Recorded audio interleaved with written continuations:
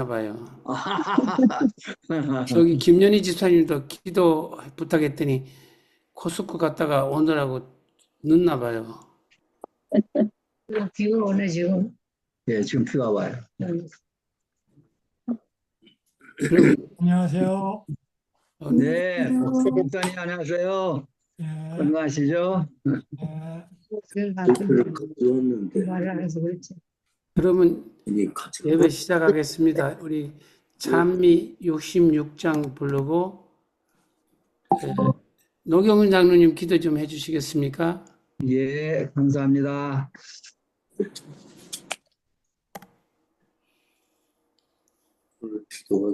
오늘 유미선인데 기도가 유미선님 오늘 샌디에고 갔고 샌디에고 갔대요. 샌디에고 진짜 갔나? 팔 아픈데. 하늘의 동안이라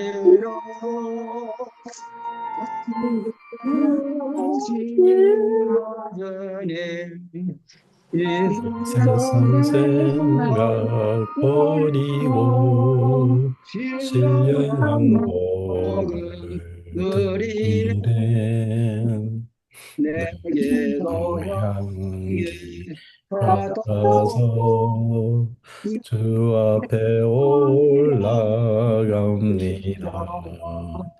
내 주께 얻는 안식을 못 받는 자는 모르네.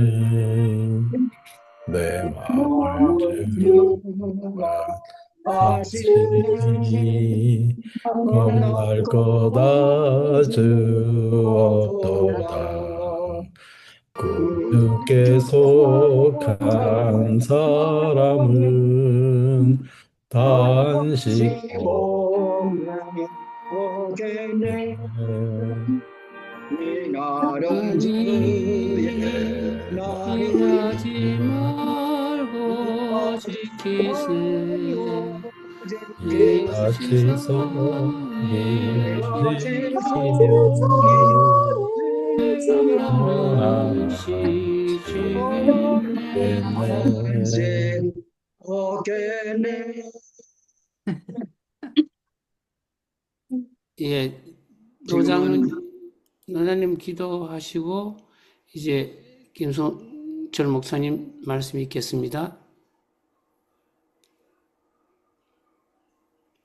무한히 자비로우시고 은혜로우신 우리 아버지 하나님, 지난 한 19여째 동안 사랑하는 아버지의 자녀들, 우리 교회에 모이시는 성도들을 개인 가정 하나님의 무한하신 사랑의 품에 깊이 안아 감싸주시고 부지런히 일터를 향하여 새벽부터 저녁까지 봉사하시는 하나님의 종들과 가족들 또한 지켜 돌보아 주시고 가정에서 자녀들을 어린 손자들을 돌보시며 여러 형편에서 부지런히 봉사하시는 당신의 자녀들을 아끼시며 돌보시는 연세 높으신 하나님의 모종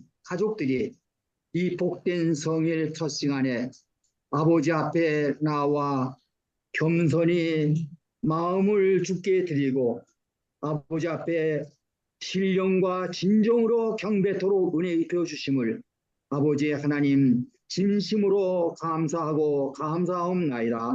주여 우리 같이 하나님의 은혜와 은총을 입은 백성이 또 어디 있는가 하고 묻는 선지자의 이 귀한 말씀이 오늘 여기에 함께 모인 하나님의 자녀들 위해 함께 하심을 인하여 감사하오며 이 귀한 허락과 축복의 말씀이 하늘나라 주님 앞에 이르는 그날까지 늘 저희와 함께 하셔서 저희들을 격려해 주시고 전능하신 구원에 능하신 손으로 굳게 붙들어 인도하여 주심으로 끝날까지 승리하는 하나님의 거룩한 자녀들이 되어 하나님을 영원토록 섬기고 사랑하고 봉사하고 영광을 돌리는 이 자리의 모든 성도들에게 도와주시옵소서. 오늘 이 거룩한 성일을 맞이하여 곳곳마다 세계 전 지역에서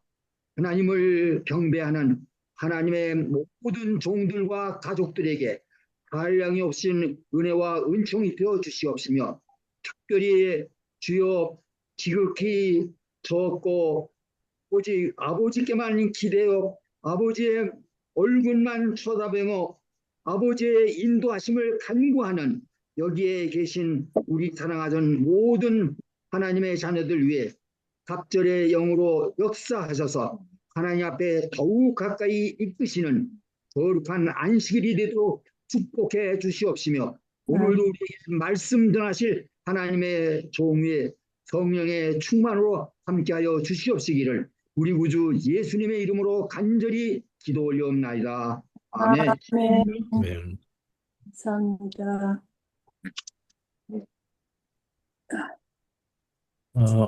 한 주간 안녕하셨습니까? 예, 안녕하세요. 안녕하십니까? 네, 네, 귀한 비가 오는 것 같습니다. 네. 네, 그것도 며칠간 앞으로 내릴 것 같습니다. 아마 요 며칠간 비가 오고 나면 우리 주위에 굉장히 파랗게 그렇게 변하지 않을까 기대를 해봅니다. 어, 제가 시간이 간간히 있을 때마다 시편을 하고 있는데요. 3편, 4편, 5편을 했습니다. 그러고 보니까 제가 1편과 2편을 하지 않았다는 생각이 들어서 오늘 시편 1편을 읽겠습니다. 우리 구약 성경 804페이지 시편 1편. 제가 먼저 시편 1편을 1절에서부터 6절까지 읽도록 하겠습니다. 시편 1편. 복 있는 사람은 악인의 꾀를 쫓지 아니하며 아버님 치고 좋아하시면서 죄인의 길에 서지 아니하며 오만한 자의 자리에 앉지 아니하고 오직 여호와의 율법을 즐거워하여 그 율법을 주야로 묵상하는 자로다. 아멘. 저는 시냇가에 심은 나무가 시절을 쫓아 과실을 맺으며 그 잎사귀가 마르지 아니함 같으니 그 행사가 다 형통하리로다. 악인은 그렇지 않으며 오직 바람에 나는 겨와 같도다. 그러므로 악인이 심판을 견디지 못하며 죄인이 의인의 회중에 들지 못하리로다. 대저 의인의 길은 여호와께서 인정하시나 악인의 길은 망하리로다. 이 시편이 150편으로 되어 있습니다.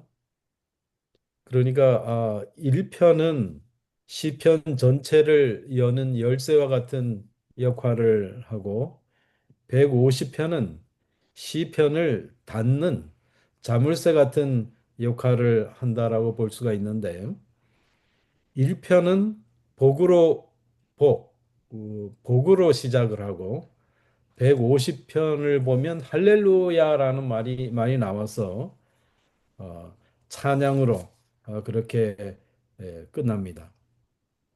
그래서 우리는 우리의 삶을 복되게 살고 또 하나님을 찬양하는 존재가 아닌가 1편과 150편을 그리고 참 보면서 그러한 생각을 하게 됩니다.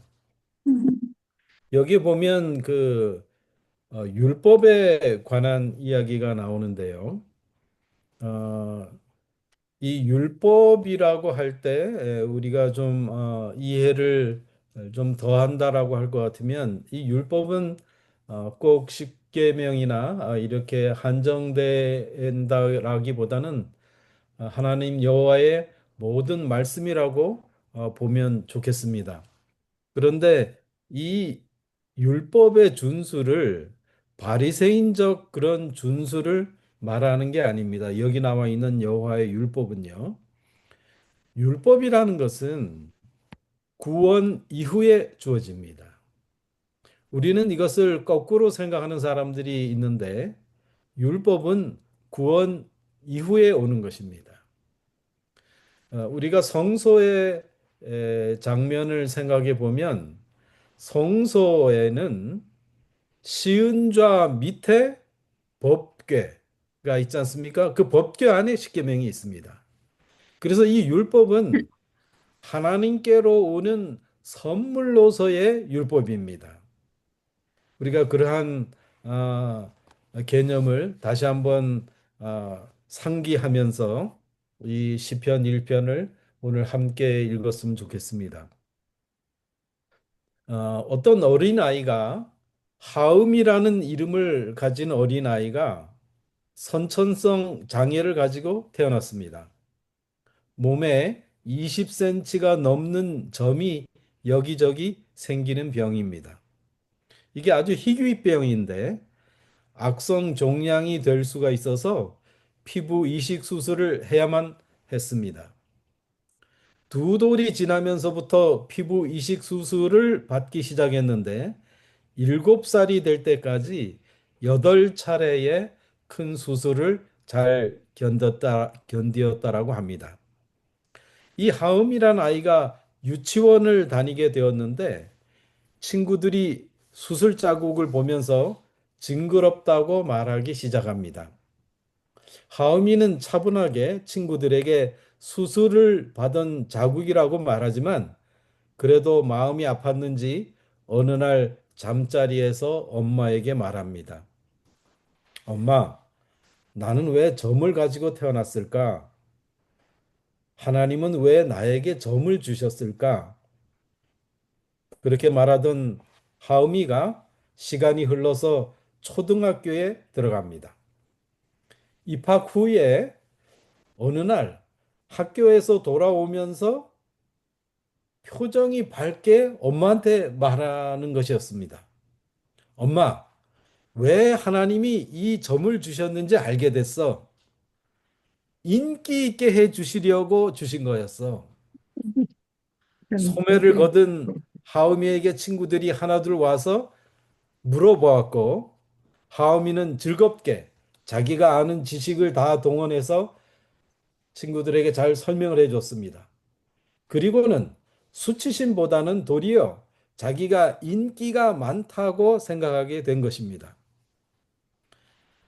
여러분이 아시는 분도 계시겠습니다만 이지선 교수라고 교통사고로 몸의 절반가량 화상을 입어서 장애인이 된 사람인데 이제는 그 역경을 극복하고 교수로서 사회봉사자로서 열심히 사는 사람이 있습니다. 하음이는 이 이지선 교수의 조카입니다. 이지선 교수는 화상으로 피부 이식 수술을 많이 받았고 하음이는 선천성 피부점으로 인해서 피부 이식 수술을 많이 받았습니다. 이 이지선 교수는 본인의 책에서 조카 하음이의 이야기를 소개해 주면서 이렇게 말했습니다. 하음이는 흉터를 가리거나 숨기지 않는다. 자신의 상처를 통해서 친구와 더 많이 얘기 나누고 새로운 사람을 사귀는 방식으로 사용할 줄 안다. 상처 따위는 처음부터 없었으면 좋았겠다며 의미 없는 한탄을 하지 않고 상처의 의미를 재해석했다. 어떻게 하음이는 어린 나이에 이런 지혜를 갖게 되었을까요? 어떻게 하음이는 상처에서 꽃을 피게 하는 주인공이 될 수 있었을까요? 이 하음이라는 말은 하나님의 마음이라는 그러한 말을 줄인 것입니다. 그 이름이 된 건데요. 여러분 오늘 본문에서 시편 1편에서 복에 관해서 처음 이야기를 하고 있습니다. 복에 관해서. 하음이는 자기가 사실 태어난 것은 어쩌면 장애일지도 모르는데 그것을 복으로 받아들였다라는 것입니다. 요한계시록에서도 그 일곱 교회 시리즈를 볼 때 그 복에 관한 이야기가 나옵니다. 산상수훈에도 복에 대한 이야기가 나옵니다. 그래서 어떤 주석가는 시편의 시작과 산상수훈의 시작은 동일한 주제라고 비교 설명을 한 사람도 있습니다. 자, 여기 보면 2절에 오직 여호와의 율법을 즐거워하여 그의 율법을 주야로 묵상하는도다. 그런데 여러분, 우리가 이 시편 1편을 읽으면서 가장 우리에게 특별한 이 인상을 주는 것은 복이라는 것은, 자, 복에 관해서 이야기하는데 복이라는 것은 긍정적이고 또 아주 적극적이고 또 활동적인 그런 면보다는 복이라는 것은 소극적으로 노라고 이야기하는 데 있다라는 것입니다. 이것이 굉장히 특색이 있습니다. 복 있는 사람은 악인의 꾀를 쫓지 아니하고 죄인의 길에 서지 아니하고 오만한 자의 자리에 앉지 아니하고. 자, 복은 노라는 데 있다는 것입니다. 참 특별한 말씀이 아닙니까? 그래서 제가 이 시편 1편을 읽으면서 가만히 생각해 보니까 십계명도 노라고 되어 있습니다. 대부분이. 노라고 되어 있죠.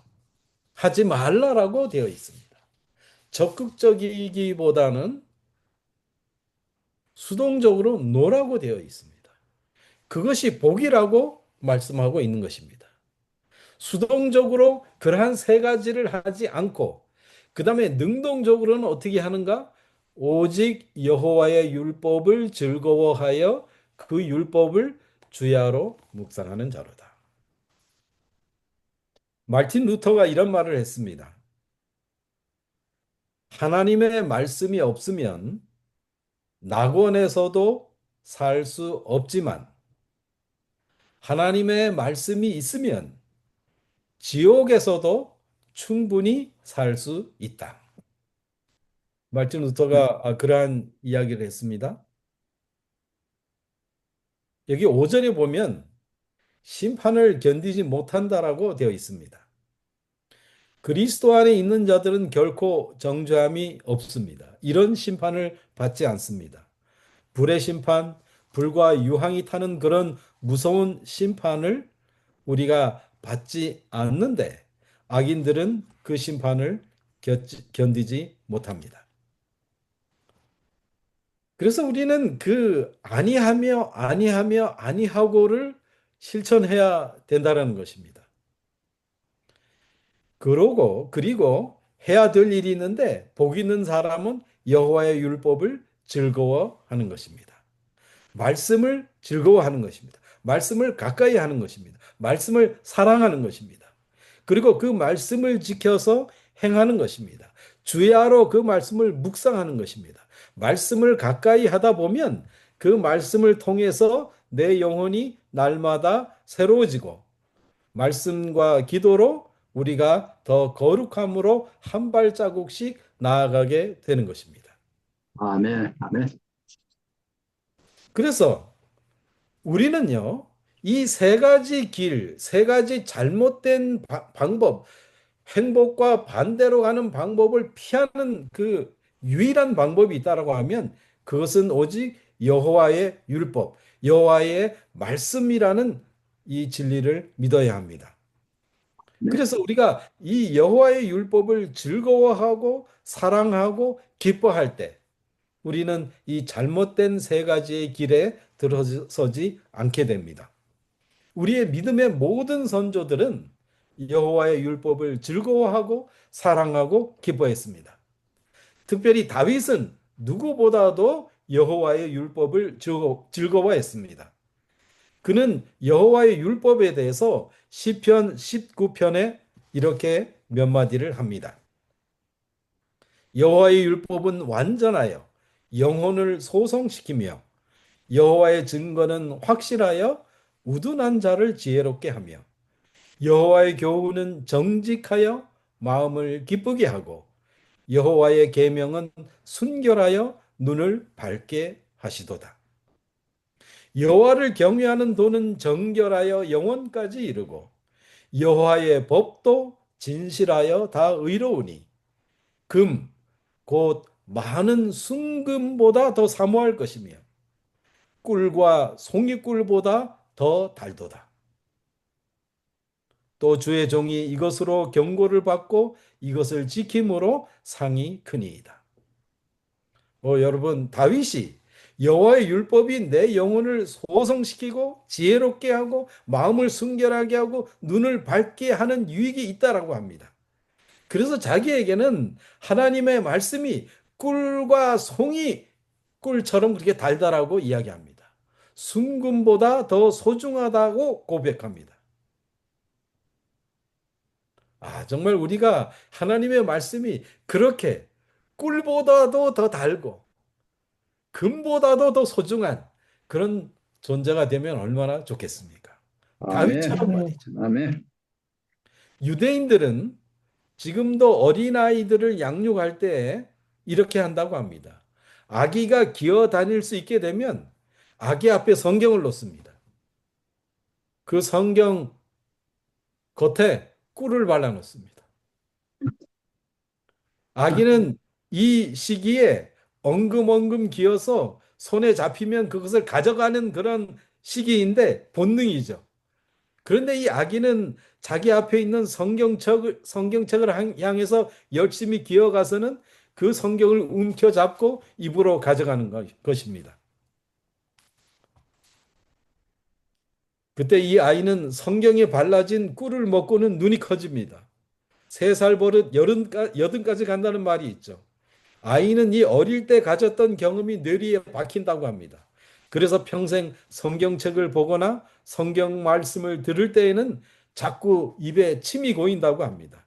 조건 반사적 행동이 난다라는 것입니다.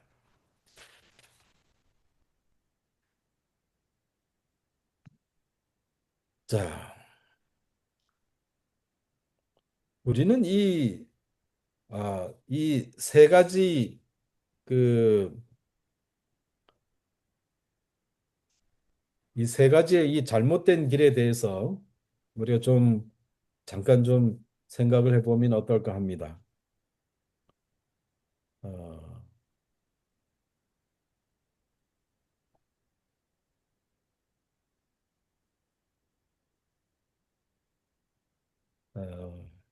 어, 그 말씀을 읽기 전에 여기에 보면 오직 여호와의 율법을 즐거워하며 그의 율법을 주야로 묵상하는도다. 즐거워하고 묵상하라 이렇게 되어 있는데 이것이 복을 받을 수 있는 행위인데 율법을 원어로 토라라고 합니다. 그런데 이 토라라는 말은 제블린이라는 말에서 유래되었다고 합니다. 이 제블린의 뜻은 무엇인가 하면 무엇을 던지다라는 뜻입니다. 그래서 아직도 이 러시아와 우크라이나가 전쟁을 하고 있는데 제블린이라는 무기를 우크라이나에 미국이 공급을 해줬기 때문에 그 제블린이라는 폭탄을 투하해 가지고 러시아의 탱크가 자꾸 망가져서 전쟁이 이렇게 길어졌다라고 합니다. 그래서 이 토라라는 것은 던지는 것이고 그 타겟은 사람의 마음이죠. 곧 율법을 즐거워한다라는 것은 내가 율법의 타겟이 되는 것을 기뻐하는 것입니다. 율법의 타겟이 될 때 곧 하나님의 마음을 소유하게 되는 것입니다. 그 다음으로 이 묵상이라는 단어가 있는데요. 율법을 주야로 묵상하는 것이 이것은 이 묵상이라는 것은 차분히 명상에 잠기는 그러한 정도가 아닙니다. 이 원어로의 이 묵상이란 말을 이 설명을 보면은 이 단어는 사자가 먹이를 잡아 먹을 때 그르렁거리면서 쾌감을 갖고 먹이를 삼키는 것을 뜻합니다. 그러니까 복 있는 자들의 특징은 말씀에 자신을 타겟으로 내어놓는 것이고, 말씀이 마음에 꽂혔을 때 사자들이 먹이를 즐기듯이 황홀한 가운데 소리를 내면서 자기의 것으로 삼키는 행위입니다. 이때 하나님의 마음, 하음을 소유하게 됩니다. 그래서 당연히 즐거움의 소리를 내게 되고, 그 즐거움의 소리로 그칠 리 없게 되는 삶을 살게 되고, 말씀을 먹고 섭취하는 자들은 저절로 멋진 행위가 따라오게 된다라는 것입니다.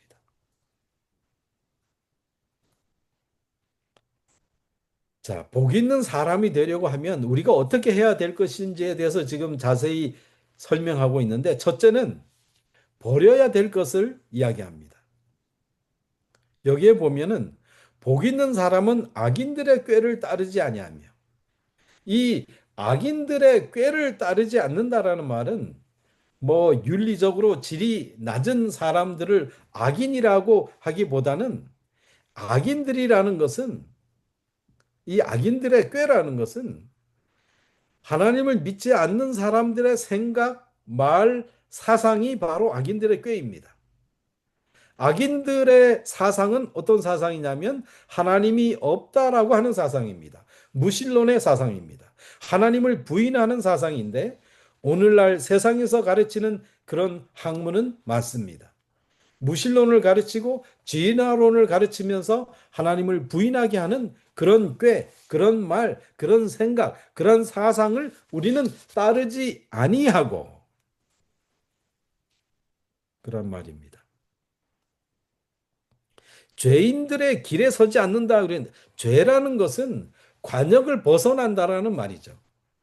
그러니까 이 죄인의 정의는 뭔가 하면 인생의 종착점, 인생의 목표점을 바르게 정하지 않은 사람은 죄인입니다. 하나님은 사람을 창조하실 때 특별한 하나님의 뜻이 있고 목표가 있었습니다. 그 목표는 하나님이 지으신 모든 백성들이 하나님을 찬송하고 하나님을 경외하고 하나님께 예배하는 삶을 살기를 원하셨습니다.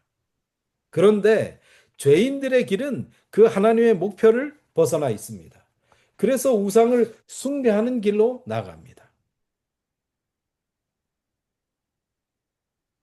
하나님이 원하시는 그런 뜻, 목표를 벗어나 있는 그러한 상황에 있는 많은 사람들, 그 사람들은 넓은 길로 나아갑니다.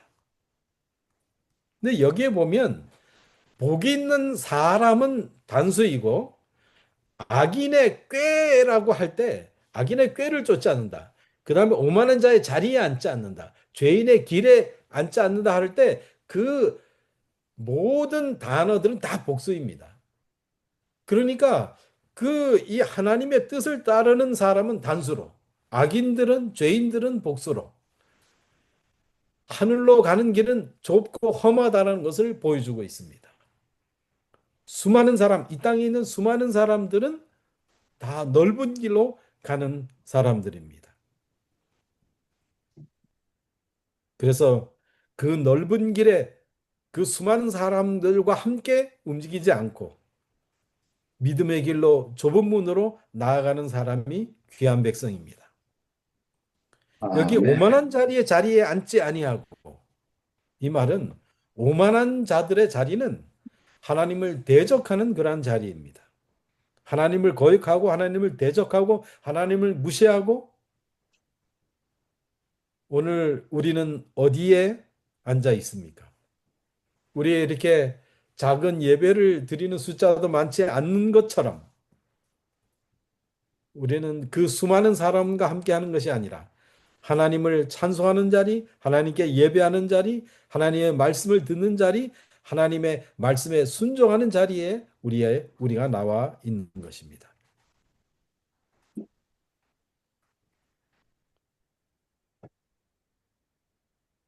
자, 아까 제가 그 유대인들이 그 아이들을 기를 때 꿀을 발라 놓는다 그랬는데, 이 유대인들은 자녀들을 기를 때 그렇게 자기 자녀들이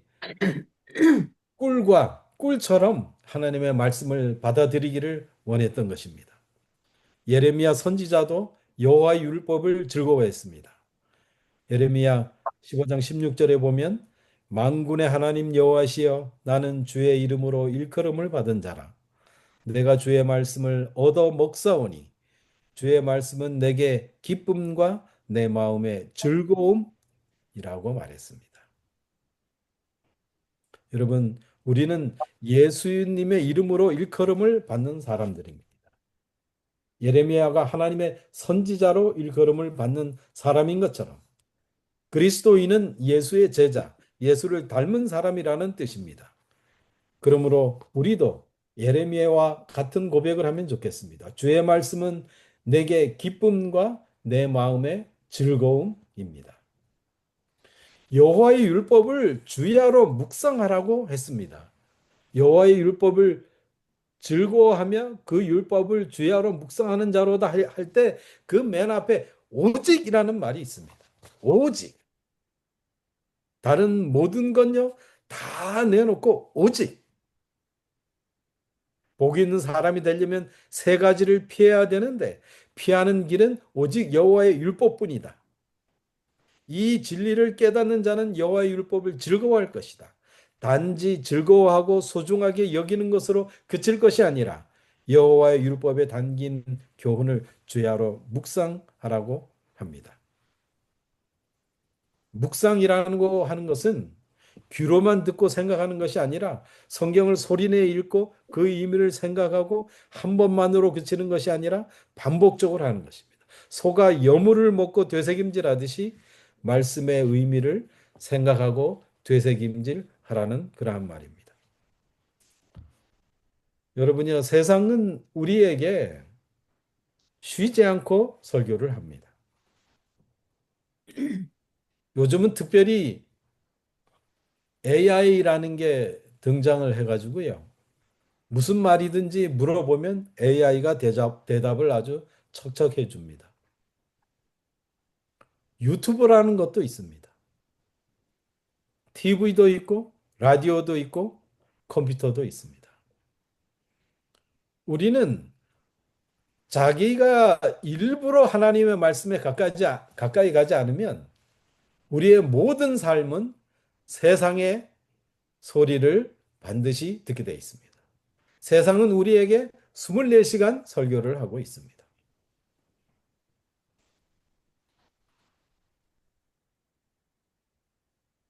우리는 왜 주야로 묵상을 해야 되는가?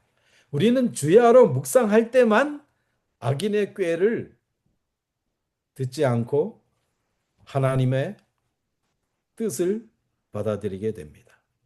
그래야 의인의 길에 들어서고 겸손한 자리에 앉게 되고 여호와의 율법 하나님의 말씀이 우리를 지배하게 되고 자연스럽게 그 교훈을 따라서 살아가게 됩니다. 주의 뜻이 하늘에서 이루어진 것 같이 땅에서도 이루어지도록 우리가 순종하는 자세가 되는 것입니다. 그래서 하나님이 나를 용서한 것처럼 나도 다른 사람을 용서하는 데까지 이르게 될 수 있습니다. 아멘. 주야라는 말은 습관을 이야기합니다. 습관이 중요합니다. 우리가 주야야 꼭 하는 습관이 있죠. 아침에 일어나서 양치질과 세수를 합니다. 저녁에 자기 전에 양치질과 세수를 합니다. 어떤 사람은 샤워를 합니다. 왜 꼭 할까요? 육체의 건강을 위해서 필요하기 때문에 그렇습니다. 그런데 우리는 영혼의 건강을 위해서도 꼭 해야 하는 습관이 있는데 그게 바로 여호와의 율법을 주야로 묵상하는 것입니다. 하나님은 이스라엘 민족에게 이 습관을 갖도록 하게 하시려고 어떤 방법을 동원하셨는가? 신명기 6장 6절에 보면 오늘날 너에게 명하는 이 말씀을 너는 마음에 새기고 내 자녀에게 부지런히 가르치며 집에 앉아 있을 때든지 길을 행할 때든지 누웠을 때든지 일어날 때든지 이 말씀을 강론할 것이며 또 너는 그것을 내 손목에 매어 기호를 삼으며 내 미간에 붙여 표를 삼고 또 내 집 문설주와 바깥문에 기록할지니라. 유대인들은 아직까지도 이 방법을 실천하고 있습니다. 집안 곳곳에 성경 구절을 붙여 놓습니다. 안식일이 되면 남자들은 성경을 손가락에 메고 팔뚝에 감습니다. 이마에도 붙입니다. 여러분, 우리도 하나님의 말씀을, 하나님의 교훈을, 하나님의 율법을 주야로 묵상해야 될 것입니다. 아멘. 우리는 유대인처럼 그 방법을 사용하지는 않더라도 그 원리를 적용하는 것은 꼭 필요합니다. 우리 집 곳곳에 하나님의 말씀을 액자로 만들어서 걸어두는 것 아주 좋습니다.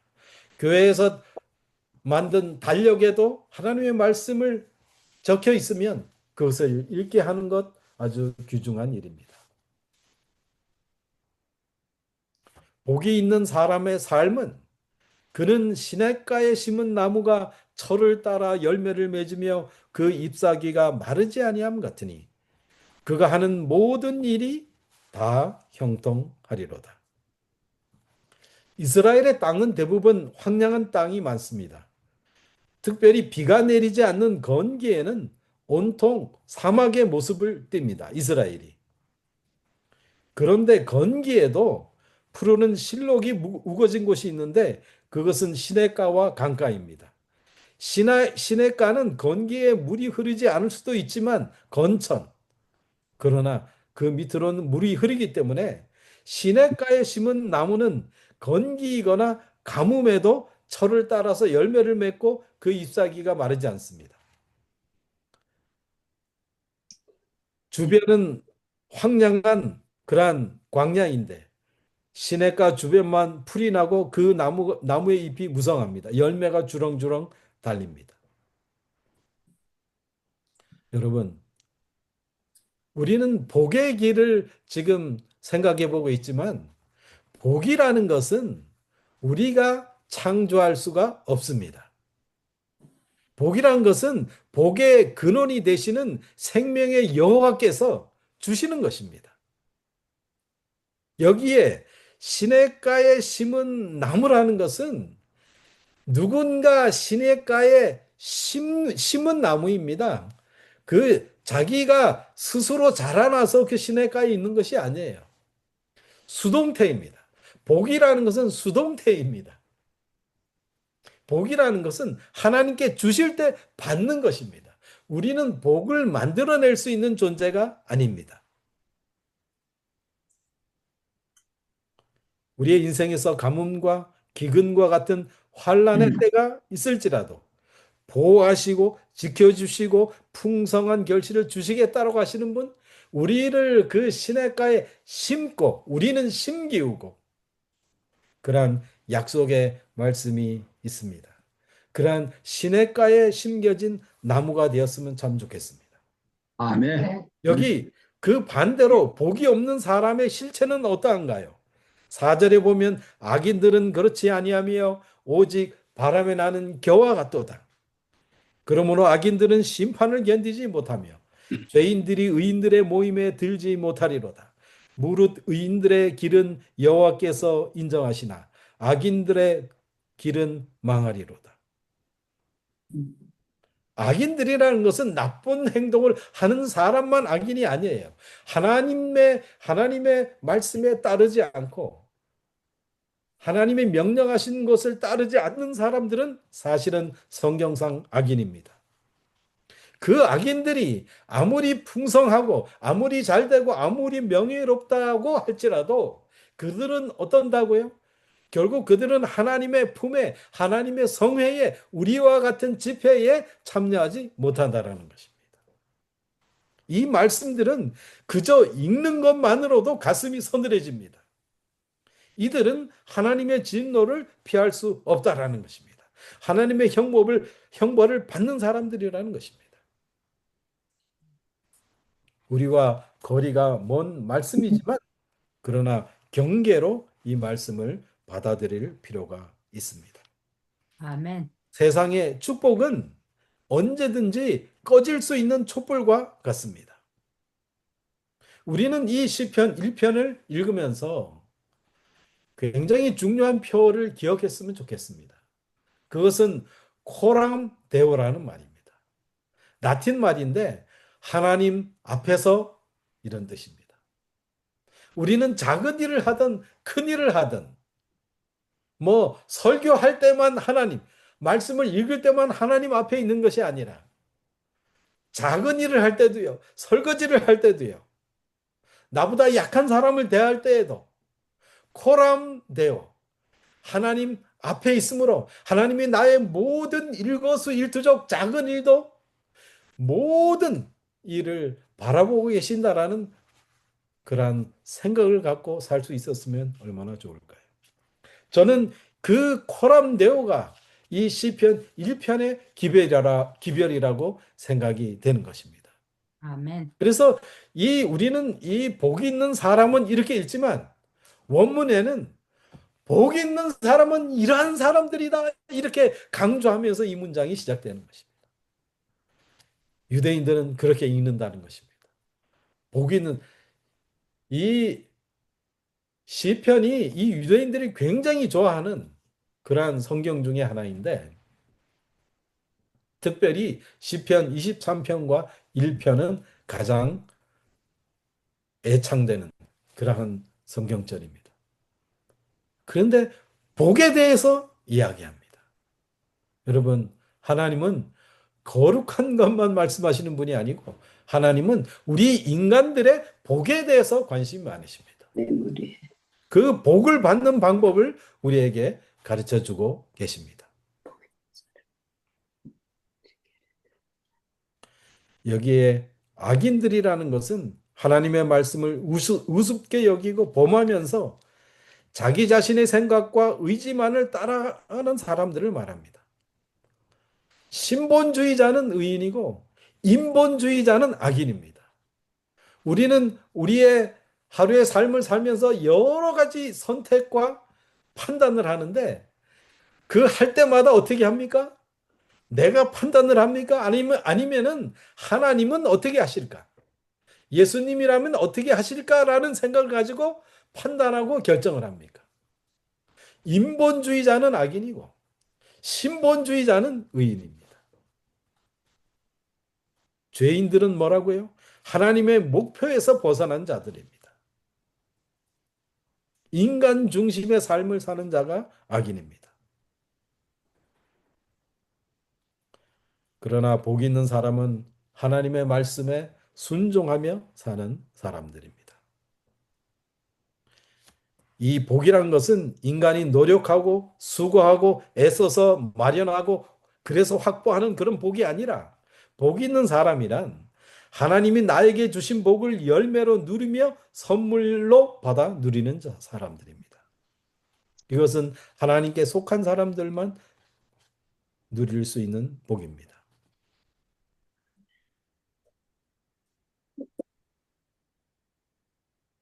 즐거워한다라는 것은 온 마음과 생각이 한 가지에 쏠려서 살아가는 상태를 말합니다.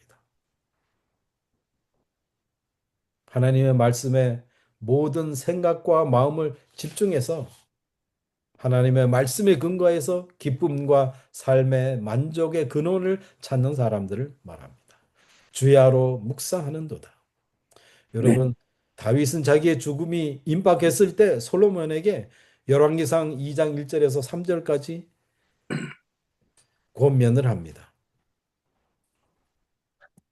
그 다 똑같은 말씀입니다. 여호수아도 마찬가지입니다. 이 율법책을 내 입에서 떠나지 말게 하며 주야로 그것을 묵상하여 그 안에 기록된 대로 다 지켜 행하라. 그리하면 내 길이 평탄하게 될 것이며 내가 형통하리라. 여러분, 여호수아는 어떠한 사람이었습니까? 우리가 공부하고 있지 않습니까? 여호수아는 출애굽할 당시에 모세를 따르기 시작한 모세의 시종인데 여호수아는 모세의 곁에서 40년을 그림자처럼 따라다니며 하나님이 모세를 어떻게 사용하시는지를 목격했던 증인입니다. 그런 여호수아가 모세가 죽은 후에 민족을 영도하는 지도자로 택함을 받습니다. 그때 하나님이 모세에게 해주신 말씀 중에 일부가 이것입니다.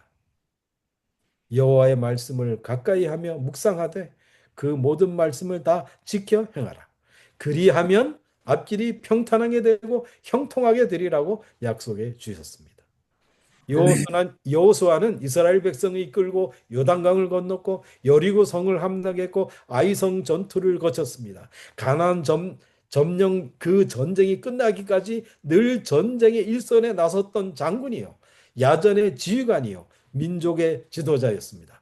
그런 그에게 해주신 하나님의 말씀이 이것입니다. 밤낮 여호와의 율법을 묵상할 뿐만 아니라 모든 하나님의 말씀을 다 지켜 행하라는 강조점. 그때 내 길이 평탄하게 될 것이며 내가 형통하리라. 네. 네. 여호수아는 그렇게 순종하며 사명을 다한 여호수아가 늙어서 나이 110세가 되었을 때 이제 그는 자기의 삶이 마감할 때가 되었을 때 유명한 말을 하는데, 너희가 섬길 자를 오늘 택하라. 오직 나와 내 집은 여호와를 섬기겠노라. 여호수아 24장 15절에 있는 말씀입니다. 어떤 종교처럼 좌선으로 끝나는 것이 아니라 행동하는 그리스도인의 모습을 보여주고 있는 것입니다. 예수님도 양 팔다리를 걷어붙이고 하나님의 말씀을 일상 속에서 실천하며 살아가셨습니다. 예수께서 돌아가시기 전날 밤에 유월절 만찬을 잡수시다 말고 허리에 수건을 동이고 대야에 물을 떠다가 제자들의 발을 일일이 씻겨주신 것과 같습니다. 예수께서는 내가 너희에게 행한 것과 같이 너희도 행하게 하려 하여 본을 보였노라고 교훈해 주셨습니다.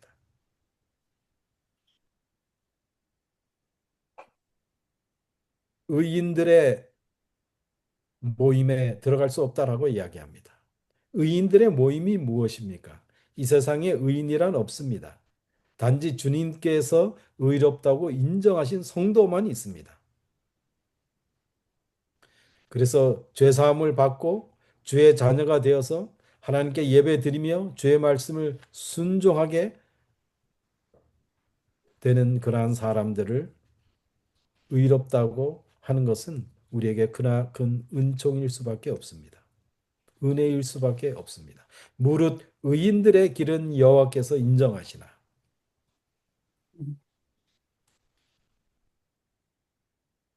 이 시편은 아까도 말씀드렸지만 행복이란 말로 시작해서 멸망한다는 말로 끝을 맺고 있습니다. 우리가 가장 열망하는 행복이란 말과 멸망이 등장합니다. 그래서 이 시편이라는 것은, 하나님의 말씀이라는 것은 인생의 가장 근본적인 문제를 다루고 있다는 것을 알 수가 있습니다.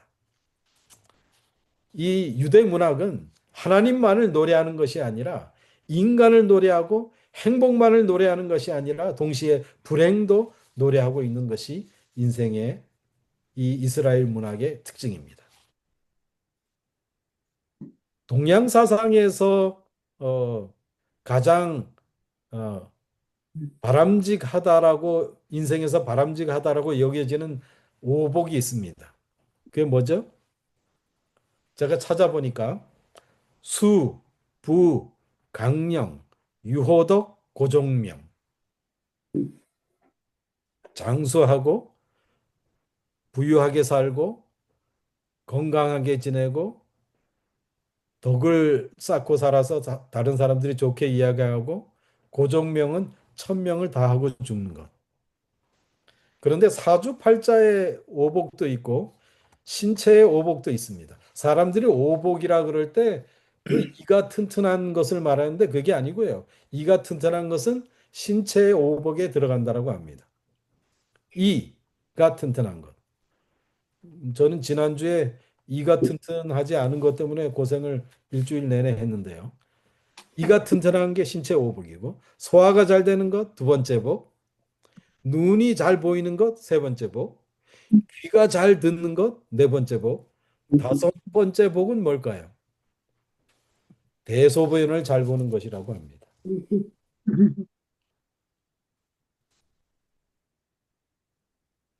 그런데 이 그 유명한 그 플라톤이라는 철학자가 인간의 행복에 대해서 말했는데 이렇게 말했습니다. 첫째, 먹고 입고 살고 싶은 수준에서 조금 부족한 듯한 재산. 둘째, 모든 사람이 칭찬하기에 약간 부족한 용모. 셋째, 사람들이 자신이 자만하고 있는 것에서 절반 정도밖에 알아주지 않는 명예. 넷째, 겨루어서 한 사람에게는 이기고 두 사람에게 질 정도의 체력. 다섯째, 연설을 듣고 보면 청중의 절반은 손뼉을 치지 않는 말솜씨. 그러니까 이 플라톤이 말한 이 행복은 완벽하고 만족할 만한 상태에 있는 것이라 그런 상태에 있는 것이 아니고 조금은 부족하고 모자라는 상태가 행복한 것이다. 근데 우리 한국 사람들이 말하는 행복이란 남보다는 내가 더 많이 갖고 지금 살아가는데 충분한 것뿐만 아니라 장래에도 걱정 없이 준비되어 있어서 자손들까지 부족함이 없는 그런 것을 행복이라고 생각하고 있습니다. 재산이든 외모든 명예든 완벽한 상태에 있으면 행복할 것으로 생각하는데 그때부터 근심과 불안이 시작됩니다. 집이 한 채 있으면 두어 채 더 사가지고 자식들에게 나누어 주면 좋겠다. 아무개를 보니까 그렇더라. 며칠 보이지 않더니 그 친구가 해외여행을 다녀왔다더라. 그 사람은 뭐 무슨 옷을 입어도 부티가 납니다. 여러분, 적당히 생각하고 만족할 수 없어야 진정한 행복을 살 수 있다라고 플라톤이 이야기합니다. 높은 데 쳐다보다가는 한이 없습니다. 100% 만족한 그런 삶은 없습니다. 행복학자들은 말하기를 그 행복이란 훈련하면 내 것이 될 수 있다라고 이야기합니다. 행복의 비밀은 당신이 당신의 인생을 좋아하는 것이다. 지금 우리가 우리의 가정생활, 우리의 교회생활, 우리의 직장생활 여기에서 행복을 느껴야 합니다. 그렇지 못한다면 천국에 가서도 행복을 느낄 수가 우리는 오늘 1시간 드리는 이 예배를 통해서 행복을 느껴야 합니다. 그래서 세상에 이렇게도 좋을까 하는 이런 행복한 순간이 어디 있을까라고 고백할 수 있어야 행복한 사람으로 사는 것입니다. 여러분, 복 있는 사람은 하지 말아야 할 것을 안 하는 사람입니다. 오늘 시편 1편에서 행복한 삶을 살려면 무엇을 해야 기뻐하고 만족하고 행복해질 수 있다라고 생각하는데 시편의 말씀은 정반대입니다. 하나님의 사람이라고 할 것 같으면 모름지기 하지 말아야 할 것이 무엇인가를 알라고 하는 것입니다. 사람이라면 하지 않아도 할 것을 하다 보면 마음이 편할 수가 없습니다.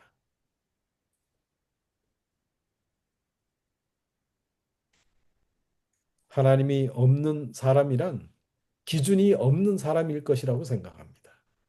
하나님이 없으면 옳고 그른 것을 판단할 수가 없게 됩니다. 명상을 하는 것은 집중적으로 생각하는 것을 말합니다. 하나님의 말씀만 생각하고 자기 집념은 버리는 것입니다. 내가 살면서 억울한 마음도 분한 마음도 슬픈 마음도 다 잊어버리는 것입니다.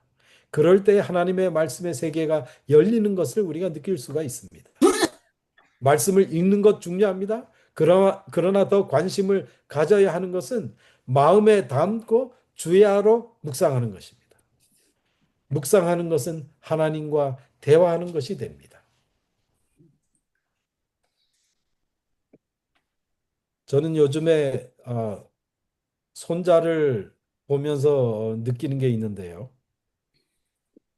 이 3살도 되지 않은 아이가 무지무지하게 말을 안 듣고 자기 고집만 피울 때 힘듭니다. 자기 이익을 위해서는 그 꺼내는 말들과 그 떼쓰는 방법 등을 보면 야, 이 아이가 할아버지 할머니 머리 꼭대기에 있습니다. 자, 그럼에도 불구하고 너무 귀엽습니다. 하나님이 우리를 보실 때 그렇지 않으실까 생각합니다. 아멘. 우리가 부족함이 많이 있습니다. 때를 많이 씁니다. 힘듭니다. 하나님께서도. 그런데 마음속에 기쁨이 있으시다라는 것입니다. 스바냐 3장 17절에 이러한 말씀이 있습니다. 스바냐 3장 17절 너의 하나님 여호와가 너희 가운데 계시니 그는 구원을 베푸실 전능자시라. 그가 너로 말미암아 기쁨을 이기지 못하시며 너를 잠잠히 사랑하시며 너로 말미암아 즐거이 부르며 기뻐하시리라 하리라. 하나님께서요. 우리를 보고 뭐라고요? 너로 말미암아 기쁨을 이기지 못하시며 너로 잠잠히 사랑하시며 너로 말미암아 즐거이 부르며 기뻐하시리라. 아멘. 사랑하시는 교회 여러분, 이 거룩한 안식일 첫 시간에 여러분에게 드리고 싶은 말씀은 그 좋으신 하나님을 이 안식일에 만끽하는 행복한 여러분들 모두 되시길 바라면서 말씀을 마치겠습니다. 네. 아멘. 아멘. 목사님 감사합니다. 이제 감사합니다. 오늘 말씀 정말 감사합니다. 이제 목사님 기도로서 오늘 시간을 마치겠습니다. 하늘에 계신 저희들의 아버지 하나님, 저희들을 말씀을 받고 또 시냇가에 심겨진 나무로 살게 해주셔서 너무나 참으로 감사합니다. 아멘. 아버지 하나님, 저희들 주의 품을 떠나지 않게 하시고 계속하여 주의 말씀을 통해서 더욱더 깊은 기쁨을 경험하도록 저희들을 도와주옵소서. 아멘. 이 안식일 내내 저희들과 동행해 주시기를 귀하신 이름 예수 그리스도 이름으로 간절히 기도하옵나이다. 네. 네. 감사합니다. 감사합니다. 감사해요. 감사합니다, 목사님. 안녕히 계세요. 감사합니다. 감사합니다, 목사님. 감사합니다. 방간 빗소리 들으시면서 푹 주무시고 내일 즐거운 마음으로 다시 뵙기 원합니다. 감사합니다. 감사합니다. 네. 안녕히 주무세요. 네. 네. 네. 사장님, 그거. 이게 무슨.